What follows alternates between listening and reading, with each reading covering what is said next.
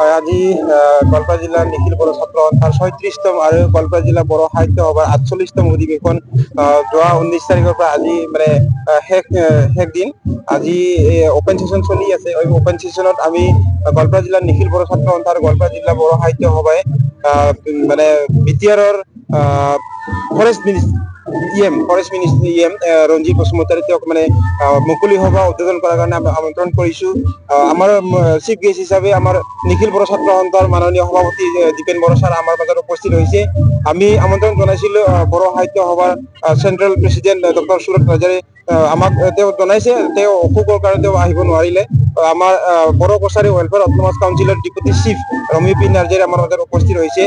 বহু আমাৰ ভাতৃত্ব সংগঠন আছু, আকছু, ৰাভা ষ্টুডেণ্টছ ইউনিয়ন, আক্ৰাছু প্ৰতিটো ছাত্ৰ সংগঠনৰ মুৰব্বী তেওঁলোকে আমাৰ মাজত উপস্থিত হৈছে।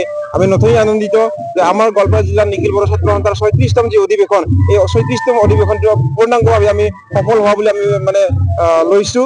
কাৰণ যোৱা ১৯ তাৰিখৰ পৰা ১৯ তাৰিখ আৰু ২০ তাৰিখ দুটি নিশা আমাৰ ডেলিগেট সেশন হৈ গ'ল। ডেলিগেট সেশনত আমি ৩৫০ ডেলিগেট আমি গোৱালপাৰা জিলাৰ নিখিল বড়ো ছাত্ৰ সন্থাই মানে পাবলৈ সক্ষম হৈছো এইবাৰ। আৰু যোৱা ৰাতি ২০ তাৰিখে ডেলিগেট সেশনত আমি গোৱালপাৰা জিলাৰ নিখিল বড়ো ছাত্ৰ সন্থাৰ যি বডি যি মানে কমিটি, এই কমিটিটো সাল সলনি কৰি নতুন কমিটি, পুৰণা কমিটি ভংগ কৰি নতুন কমিটি গঠন কৰা হৈছে। নতুন কমিটিৰ সভাপতি হিচাপে আমি নিপন খাকলাক তেওঁক মানে নিযুক্তি কৰিছো। তাৰপিছত সাধাৰণ সম্পাদক হিচাপে দিগন্ত কছাৰী দৰাংগীৰ আঞ্চলিকৰ পৰা আমি তেওঁক মানে নিয়োগ কৰিছো।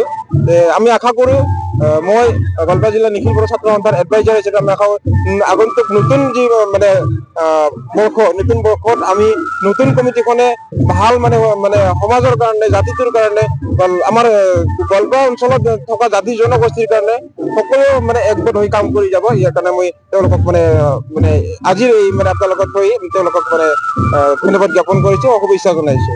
ডেলিগেটত আমি মানে আমাৰ যি শৈক্ষিক পৰিৱেশৰ লগত জড়িত শৈক্ষিক এডুকেশ্যন প্ৰব্লেম কিছুমান আমাৰ আছে, যে আমাৰ আজিলৈকে আমাৰ বড়ো ভাষাটো এই চিডুলত সোমোৱাৰ পিছত অসমৰ সহযোগী ভাষা হোৱাৰ পিছতো কিন্তু এতিয়ালৈকে আমাৰ শৈক্ষিক সমস্যা মানে সম্পূৰ্ণভাৱে পূৰণ হোৱা নাই।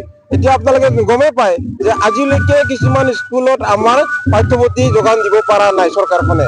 সেইকাৰণে আমি অসম চৰকাৰক দাবী জনাও, অসমৰ মানে শিক্ষামন্ত্ৰী ডক্টৰ ৰমেশ পেগুক আমি দাবী জনাও যে আমাৰ যি বড়ো মিডিয়ামৰ যি পাঠ্যপুথি সময়মতে আগন্তুক যি একাডেমিক সেশন নতুন আহি আছে, সেই একাডেমিক সেশনত যেন সময়মতে আমাৰ কিতাপ পাঠ্যপুথি যে তেওঁলোকে সময়মতে যোগান দিয়ে, তাৰ কাৰণে আমি অসমৰ শিক্ষামন্ত্ৰী ডক্টৰ ৰমেশ পেগুক আহ্বান জনাইছো।